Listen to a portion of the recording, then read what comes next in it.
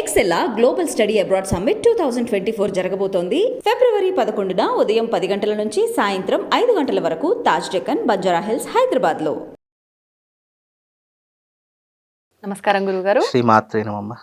గురుగారు, మనకు ఈ మాఘమాసంలో శ్యామల నవరాత్రులు జరుపుకుంటూ ఉంటారు. అయితే ప్రత్యేకించి చాలా మందికి శ్యామల నవరాత్రుల గురించి అవగాహన లేదని చెప్పాలి గురుగారు. ఈ నవరాత్రులు అనేవి మనం ఆ నవరాత్రులు ఉన్న ఆ పర్టికులర్ డేస్లోనే అమ్మవారిని పూజించాలా, లేదంటే ఈ మాసం మొత్తంలో ఎప్పుడైనా జరుపుకోవచ్చా గురుగారు ఈ నవరాత్రుల పూజా విధానం అనేది? ముందుగా ప్రేక్షకులందరికీ శ్రీమాత్రే నమః, శ్రీ గురుభ్యో నమః. ఓం మాతా మరకతస్యామ మాతంగి మదశాలిని కుర్యాత్ కటాక్షం కళ్యాణి కదంబ వనవాసిని. అయితే శ్యామల నవరాత్రులు అనేటటువంటివి మాఘమాసం ఎప్పుడైతే ప్రారంభమవుతుందో ఆ డేట్ నుంచి కౌంట్ చేసుకొని మొదటి 9 రోజులు ఏవైతే ఉన్నాయో ఆ అమ్మవారికి సంబంధించినటువంటి రోజులుగా పరిగణించబడతాయి. అంటే ఇప్పుడు దేవీ నవరాత్రులు, శరద్ నవరాత్రులు ఏ రకంగా 9 రోజులు చాలా ప్రత్యేకమైనటువంటివో అలాగే ఈ మాఘమాసంలో ఈ అమావాస్య మొదలుకొని ఈ 10వ తారీఖు నుండి అన్నీ కూడా 10వ తారీఖు నుండి మొదలు పెడితే 19వ తారీఖు వరకు అమ్మవారి యొక్క శ్యామల నవరాత్రులు అనేటటువంటి ఉత్సవాలు ప్రారంభమవుతాయి. ఓకే. అయితే ఈ 9 రోజులు అనేటువంటి ప్రధానంగా చెప్పడం జరిగింది శాస్త్రం నందు. అలాగని చెప్పేసి మాఘమాసం మొత్తము కూడా ఆచరించే విధానాలు కూడా ఉన్నాయి, లేవు అని చెప్పలేదు. ఎలా ఉన్నాయి అని అంటే, ఎవరైతే అమ్మవారి గురించి అవగాహన లేదో, అయ్యో నాకు ఈ నవరాత్రులు అయిపోయిన తర్వాత తెలిసిందే అని బాధపడతారో అలాంటి వారికి ఈ మాఘమాసం అంతా కూడా అమ్మవారికి సంబంధించినటువంటి రోజులే. కేవలం ఈ 9 రోజులు ఆచరించడానికి ఇప్పుడు మొదటి నుంచి అంటే ఈ మాఘమాసం వచ్చింది, ఇక అమ్మవారి నవరాత్రులు ప్రారంభం చేస్తున్నాను, నాకు ఇది 5వ సంవత్సరము, 6వ సంవత్సరము, 7వ సంవత్సరము అని ఎవరైతే చేసుకుంటున్నారో అలాంటి వారికి అవగాహన ఉంటుంది. ఇక పూర్తిగా అవగాహన లేదు అని అనుకున్నటువంటి వాళ్ళు, అయ్యో చేస్తే బాగుంటుంది, నేను మర్చిపోయాను, దీనికి ఏం పరిష్కార మార్గము, ఇప్పుడైనా నేను చేసుకుంటే ఏదైనా పరిష్కార మార్గం దొరుకుతుందేమో, నా కష్టాలన్నీ తొలగిపోతాయేమో అని అనుకున్నటువంటి వారు ఈ మాఘమాసంలో ఏదో ఒక రోజు, మాఘమాసం మనకు ఈ 10వ తారీఖు రోజు నుంచి ప్రారంభమవుతుంది. వచ్చే నెల మార్చి 10వ తారీఖు వరకు వీళ్ళు అమ్మవారికి సంబంధించినటువంటి రాజశ్యామల యాగము అనేటటువంటి విధానం ఒకటి ఉంటుంది. ఆ రాజశ్యామల అమ్మవారి యొక్క యాగము ఈ మాఘమాసం మొత్తము అంటే ఈ మాఘమాసం అయిపోయేంత వరకు ఎప్పుడైనా ఒక్కరోజు వాళ్ళ ఇంట్లో చేసుకోవడం ద్వారా ఈ శ్యామల నవరాత్రులు చేసుకున్నటువంటి ఏవైతే 9 రోజులు ఉంటాయో ఆ 9 రోజుల ఫలితము ఒక్క రోజులో వాళ్లకు కలుగుతుంది. అంత విశేషమైనటువంటిది యాగం యొక్క విశిష్టత.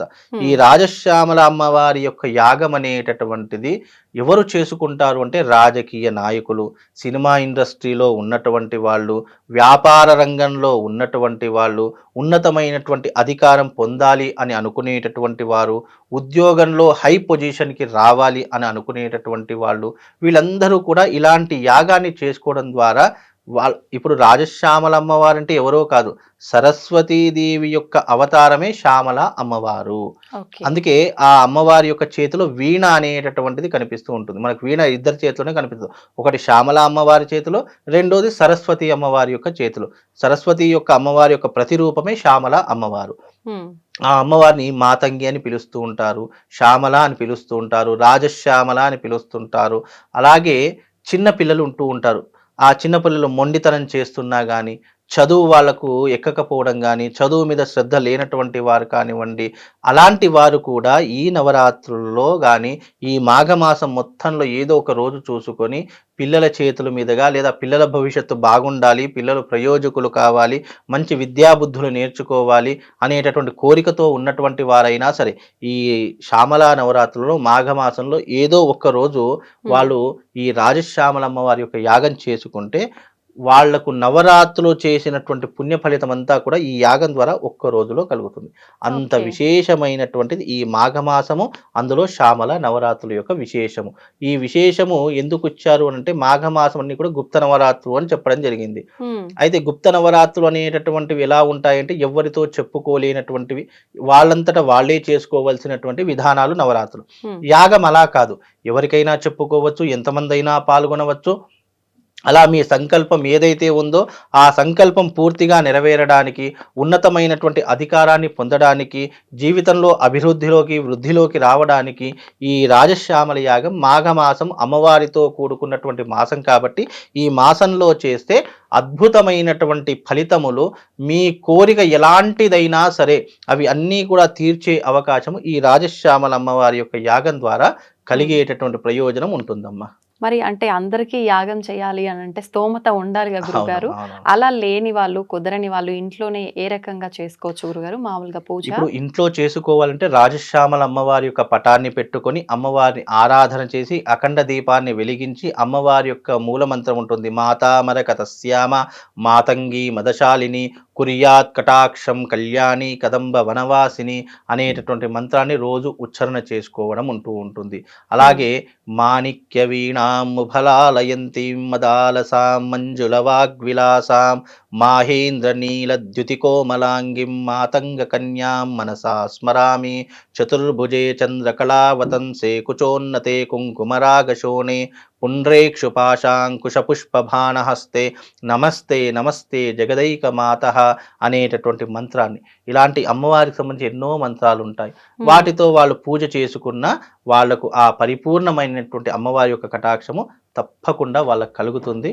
ఇది స్తోమత ఉంటే గనక యాగం చేసుకోవాలి. ఇక మాకు స్తోమత లేదండి, మేము అంత పెట్టుకోలేమంటే ఈ రకంగా అమ్మవారి యొక్క ఫోటోని పెట్టుకొని చిత్రపటాన్ని పెట్టుకొని అఖండ దీపాన్ని వెలిగించి కలశం పెట్టుకొని అమ్మవారిని ఆరాధన చేసుకుంటూ అమ్మవారి యొక్క మంత్రాన్ని చెప్పుకుంటూ అమ్మవారి దగ్గర పూజ చేసే షోడశోపచారం ఉంటుంది. ఆచమన్యం, తర్వాత సంకల్పము, గణపతి పూజ, కలశ పూజ, గౌరీ పూజ ఇవన్నీ చేసి అమ్మవారి యొక్క అఖండ దీపానికి పూజ చేసేసి అమ్మవారి యొక్క ధ్యానం చేసుకున్న వాళ్ళకు ఎనలేని సిరి సంపదలు, అఖండ ఐశ్వర్యాలు ఆ తల్లి ఎప్పటికీ కూడా ఇస్తుందమ్మా.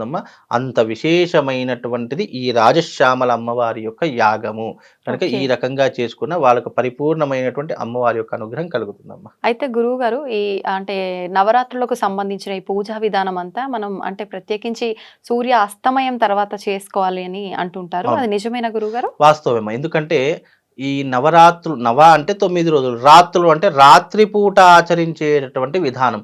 కానీ నిజానికైతే ఉదయకాలము దీపారాధన, మామూలుగా సంకల్పము, మామూలుగా ధూపదీప నైవేద్యాలు పెట్టేసేసి నమస్కారం చేసుకున్నా సరిపోతుంది. కానీ అమ్మవారి యొక్క పూజా విధానం రాత్రి అనేటువంటి ప్రధానమైనటువంటి విధానము. రాత్రిపూట షోడశోపచార పూజ, అభిషేకము, అర్చన, అష్టోత్తరము, ధూపదీప నైవేద్యాలు, అమ్మవారికి అదే రకంగా ఆచరించవలసినటువంటి విధానాలు ఇవి ఎన్నో రకాలుగా చెప్పడం జరిగింది. కాబట్టి ఇవి నియమనిష్టలతో కూడుకున్నటువంటి విధానాలు. ఇవన్నీ కూడా పర్టికులర్గా కొన్ని నియమాల రూపకంగానే ఆచరణ చేసుకోవాలని సనాతన ధర్మం చెప్పింది. నియమాలు తెలవలేనటువంటి వారు, అసలు ఈ పూజా విధానాన్ని ఏ రకంగా చేయాలో తెలియనటువంటి వాళ్ళు ఒక బ్రాహ్మణినో అర్చకున్నో సంప్రదించి ఏ రకంగా చేసుకోవాలి, లేదా వీలుంటే అలాంటి అర్చకుడిని ఇంటి దగ్గర పిలిపించుకొని ఆ అర్చకుడి ద్వారా ఈ యొక్క పూజా విధానాన్ని చేసుకున్న ఆ ప్రతిఫలం అనేటటువంటిది పరిపూర్ణంగా వాళ్ళకు దొరుకుతుంది. తెలియనటువంటి సమయంలో గురువునో అర్చకున్నో పూజారినో సంప్రదించి చేసుకొని ఈ యొక్క విధానాన్ని అలవాటు చేసుకుంటే విధానాలన్నీ వాళ్ళు చెప్తారు. ఇంకోటి ఏంటంటే దీని ప్రాంతీయాన్ని బట్టి, అలాగే ఊరిని బట్టి, గ్రామాన్ని బట్టి ఆచారాలు కూడా మారుతూ ఉంటాయి. ఇప్పుడు మనం చేస్తున్నటువంటి ఆచారాలు కొంతమందికి తెలియకపోవచ్చు, వాళ్ళు చేస్తున్నటువంటి ఆచారాలు మాలాంటి వాళ్ళకి తెలియకపోవచ్చు. ఇలా ఆచారాలు అంటే ఊరిని బట్టి, ప్రాంతాన్ని బట్టి ఆచారాలు కూడా మారుతూ ఉంటాయి. కాబట్టి ఎవరు ఎక్కడ చేయించుకోవాలో వాళ్ళు అక్కడ ఉన్నటువంటి వాళ్ళని సంప్రదించాలి. విధి విధానంగా శాస్త్రోక్తంగా ఎక్కడ ఎలా, ఏ ఊరైనా సరే ఎలా చేయాలి అనేటటువంటిది కావాలి అంటే మాలాంటి వాళ్ళని సంప్రదిస్తే ఎక్కడైనా సరే ఆచారం అనేది ఒకటి ఉంటుంది. కానీ వాళ్ళకి తెలియకపోవడం ద్వారానో, లేదా దీని మీద అవగాహన లేనటువంటి వారు ఇక వాళ్ళు ఇష్టం వచ్చినట్టు చేస్తారు. దానికి మనం ఏం తప్పు పట్టడానికి లేదు. ఎందుకంటే అమ్మవారికి కావాల్సిన భక్తి, శ్రద్ధ, నియమము అలాంటివి వాళ్ళకు ఉన్నాయి కాబట్టి దాని ద్వారా వాళ్ళు ముందుకు వెళ్ళిపోయే అవకాశం ఉంటుంది. ఇక నియమనిష్టలు కావాలి, విధి విధానంతో మనకు అన్ని రకాలుగా వసతులు కావాలి, అమ్మవారి యొక్క సంపూర్ణ అనుగ్రహం కావాలి అంటే తెలిసినటువంటి అర్చకుడిని సంప్రదించాలి. తెలిసినటువంటి గురువుని, ఉపాసించేటటువంటి గురువుని సంప్రదిస్తే గనక దాని యొక్క అనుగ్రహము చాలా యూనివర్సల్గా ఉంటుంది, చాలా ఉత్కృష్టంగా ఉంటుంది, మనిషిని అదే రకంగా కాపాడుతూ ఉంటుందమ్మా. చాలా చక్కటి విషయాలు తెలియజేశారు గురుగారు. Thank you. శ్రీమాత్రే నమః.